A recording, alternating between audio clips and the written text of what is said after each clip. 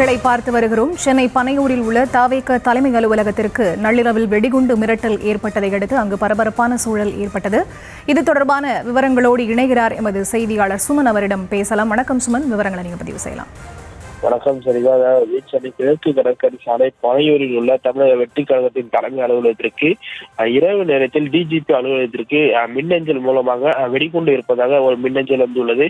மின்னஞ்சல் வந்ததை அடுத்து டிஜிபி அலுவலகத்திலிருந்து நேரடியாக தாம்பரம் காவல் ஆணையர் அலுவலகத்தில் உள்ள காவல் கட்டுப்பாட்டு அறைக்கு தகவல் தெரிவிக்கப்பட்டது. அதைத் தொடர்ந்து தாம்பரம் கட்டுப்பாட்டு அறையிலிருந்து வெடிகுண்டு நிபுணர்கள் மற்றும் காலத்தூர் போலீசார் உதவியுடன் வெடிகுண்டு மிரட்டல் வந்து அடுத்த ஒரு அரை மணி நேரத்திலே வெடிகுண்டு நிபுணர்கள் இந்த பனையூர் அலுவலகத்திலே குவிந்தனர். தொடர்ந்து அந்த பனையூர் அலுவலகம் முழுவதும் சுமார் 1.5 மணி நேரத்திற்கு பிறகு சோதனையில் ஈடுபட்டனர். 1.5 மணி நேரமாக சோதனை ஈடுபட்ட போது வெடிகுண்டு மிரட்டல் பொருள் என்ன செய்ய வந்ததை அடுத்து வெடிகுண்டு நிபுணர்கள் தொடர்ந்து அங்கிருந்து வெளியேறினர்.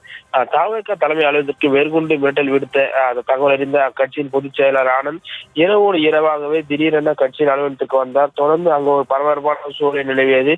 வெடிகுண்டு நிபுணர்கள் சோதனை முடித்து வெளியே சென்ற பின்னரே பரபரப்பான சூழல் நிலவி வந்த நிலையில் தொடர்ந்து ஒரு அசாதாரண சூழல் நிலவியது. வெடிகுண்டு மிரட்டல் விடுத்த சமீப காலமாக அரசியல் கட்சி பிரமுகர்கள், பள்ளிகள், கல்லூரிகள் என பல்வேறு இடங்களுக்கு இந்த வெடிகுண்டு மிரட்டல்கள் வந்த வண்ணம் குறிப்பிடத்தக்கது. விவரங்களுக்கு நன்றி சுமன்.